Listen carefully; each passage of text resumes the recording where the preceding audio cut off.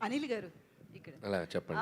Basically ladies అంతా కలిసి మీ మీద కేసు పెట్టాలనుకుంటున్నాం. ప్లీజ్ దయచేసి నేను వాళ్ళ కోసం జైలుకి వెళ్ళడానికి రెడీ, చెప్పకూడదు తినడానికి రెడీ, అవసరమైతే ఓ చల్లక పడడానికి రెడీ, అవసరమైతే ఉరి శిక్ష పడడానికి రెడీ. పెట్టండి కేసు, చెప్పండి. ఆ, అయితే ఎందుకు అంటే చిరంజీవి గారు లాంటి ఇమేజ్ ఉన్న స్టార్ తోటి ఆ చట్టాలు అనేవి కాపాడుకోవడానికి కప్పేటేయడానికి కాదు మగవాళ్ళని అని ఏదో సంథింగ్ చెప్పించారు కదా.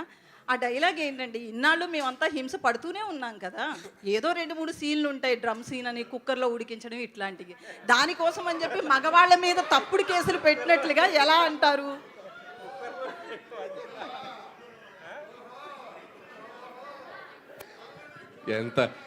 ఎంత సింపుల్ గా చెప్పిందో తెలుసు లక్ష్మి. ఆయన లేచి వెళ్ళిపోయాడు. నిశాంత్ గారికి భయం వేసింది. కుక్కర్లో మనిషిని ఉడికించడం ఏదో ఈజీగా ఏదో ఆయన లేచి వెళ్ళిపోయాడు. లక్ష్మి గారు పక్కన మనిషి ఉడకబెట్టినట్టు కుక్కర్లో ఉడకబెట్టి పక్కన మనిషి జంపు. ఇప్పుడు మీరే అన్నారు కదా, అంటే ఇది ఎవరిని అఫెండ్ చేయడానికి కాదు, లేడీస్కి ఉన్న రైట్స్ చాలా అవసరం, సోషల్ లైఫ్లో చాలా అవసరం. మనం చెప్పింది ఏంటంటే దాన్ని అక్కడక్కడ మీరు అన్నట్టే అక్కడక్కడ మిస్యూజ్ అవుతున్న వాటిని అడ్రస్ చేసాం. అది చిరంజీవి గారు లాంటి స్టార్ చేతు చాలా క్యూట్గా, నాకు తెలుసు మీ మనోభావాలు ఎలా దెబ్బతింటే ఎంత దారుణంగా ఉంటుందో పరిస్థితి, అందుకే నేను చాలా చెప్పకుండా అలా క్యూట్గా చెప్పించాను. చాలామంది లేడీసే చప్పట్లు కొడుతున్నారు థియేటర్స్లో. దానికి థ్యాంక్స్ మీరు అడ్రస్ చేసినందుకు. కొట్టారండి. అది చాలా థ్యాంక్స్ మీరు అడ్రస్ చేసినందుకు. సుష్మిత గారు